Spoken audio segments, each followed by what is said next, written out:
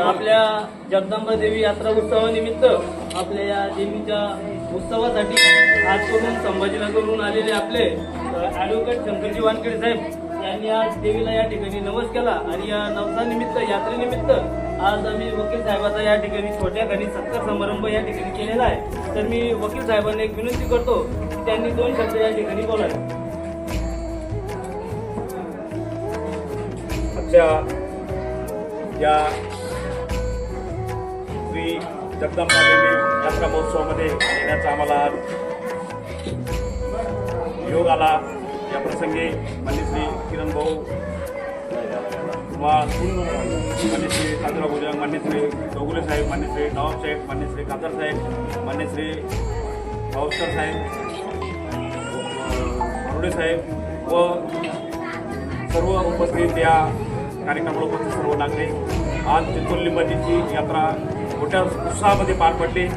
मागील 5 दिवसापासून यात्रेचं चांगल्या प्रकारचं आयोजन चिंचोली-लिंबाची ग्रामस्थांच्या वतीने करण्यात आलं होतं आणि या कार्यक्रमामध्ये आम्ही सर्वजण उपस्थित झालो। प्रत्येक दिवशी आम्ही कार्यक्रमात उपस्थित राहिलो, परंतु आज आमचे नेते माननीय श्री काजूराव भुजंग साहेब, माननीय श्री नवाब शेख, माननीय श्री चौगुले साहेब, माननीय श्री किरण साहेब यांच्या माननीय श्री मनोज भावस्कर साहेब यांच्या माध्यमातून आजचा हा कार्यक्रम त्यांनी आयोजित केला। त्यांनी या माझ्या जन्मगावी, माझ्या जन्मभूमीमध्ये माझा हा सन्मान केला, त्याबद्दल मी त्यांचे सर्वप्रथम आभार मानतो।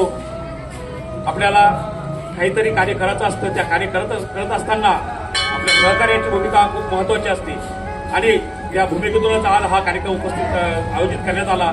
आजच्या कार्यक्रमाचे जे आयोजन पद्धतीनं व्यवस्थित आयोजन केलं त्यामध्ये खरं म्हटलं तर या सर्व लोकांचा सिंहाचा वाटा आहे, कारण की चिंचोली-लिंबाचीमध्ये आमच्यासारख्या एका जनरल माणसाचा सत्कार व्हावा आणि तो चांगल्या प्रकारे इथे आयोजित करावा हे आमचं भाग्य आहे।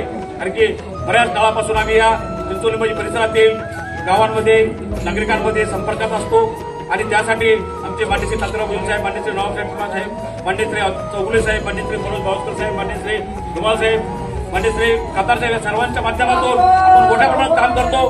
परंतु आजचा हा कार्यक्रम देवीच्या माध्यमातून दरवर्षाप्रमाणे हा यावर्षी सुद्धा चांगला धामधूममध्ये पार पडला आणि या कार्यक्रमामध्ये आलेल्या सर्व नागरिकांचे, भाविक भक्तांचे मी शब्दसमूहाने स्वागत करतो, अभिनंदन करतो व शुभेच्छा देतो। जय हिंद, जय महाराष्ट्र।